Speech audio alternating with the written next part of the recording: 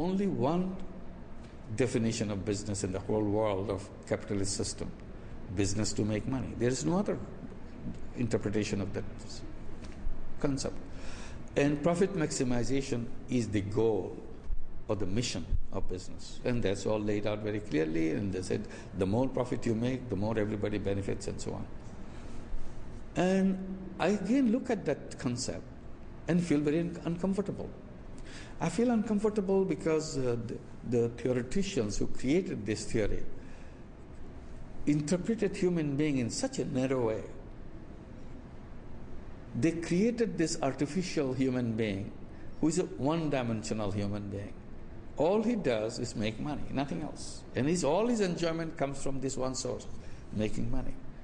But I look at the real people. Real people are not one-dimensional human beings. They are multi-dimensional human beings. Not only they enjoy making money, they enjoy giving away money. They enjoy touching other people's life. They enjoy make a difference in the world. But somehow, economics doesn't admit it. My proposition is, in order to justify the totality of the human being, we need to create another kind of business also, a second kind of business. The one kind which we already know, making money, that's fine. You enjoy making money, so we'll continue to enjoy making money. But this new business will be different from the other. This business is business to do good to others. It's a non-loss, non-dividend company with a social objective. And I said, maybe this is how it should have been, right from the beginning. Because here we make money, and this is the means. We make money. And there should be an end.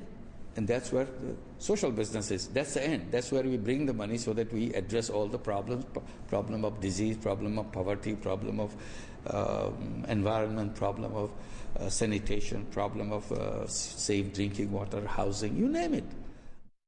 Second definition of social business that I gave, any profit-making business, if it is owned by poor people, that is also social business, because now it's transforming themselves.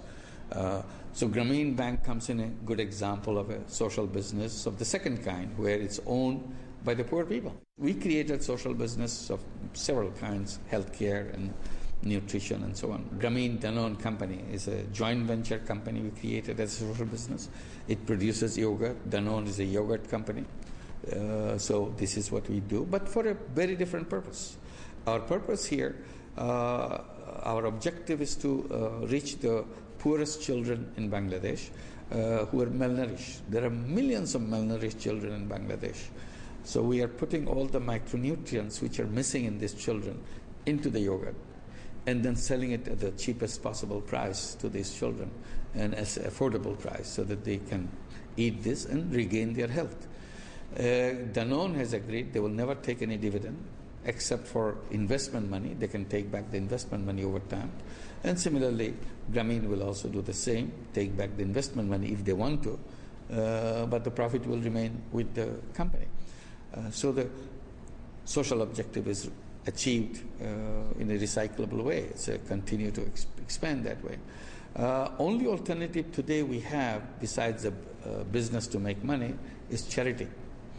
We could have achieved this, give this yogurt as a gift to the children, and it could become a charitable program. But the charitable program versus social business, there are several differences. One particular difference is charity dollar has only one life. You can use it only once. It goes, it never comes back. So every time you want to bring another cup of yogurt to the children, somebody has to pay for it so that he can give it to it. So we're always raising funds to do that. And fund stops, the program stops. If I can convert it to social business, where it's a non-loss company, meaning it's a business, so you recover all your costs, and it continues, it never stops. So your social business dollar has endless life. It continues again and again. And you create an institution. In charity, you don't create an institution. It's a program. You have the budget, you have the money, you did it, and it's done. Budget is over, it's finished. But in a social business, you create a business. It's an institution. It is a life by itself. So it can grow. It can change direction. If all the children are now has a full nourishment, you don't need to give them any more of those special yogurt, you move into something else about the health. So they can continue to produce other products which will address other aspects of health or whatever you want to do with your company. Because the company is dedicated to a social goal. So you continue with that social goal and you don't run out of money because you continue with your business. So that is a more powerful concept. And as business people, as business entrepreneurs, people can come with their business acumen, with their business experience to solve the social problems within the social business format. Because beauty of business is once it's successful as a prototype, you can go millions of them, no problem.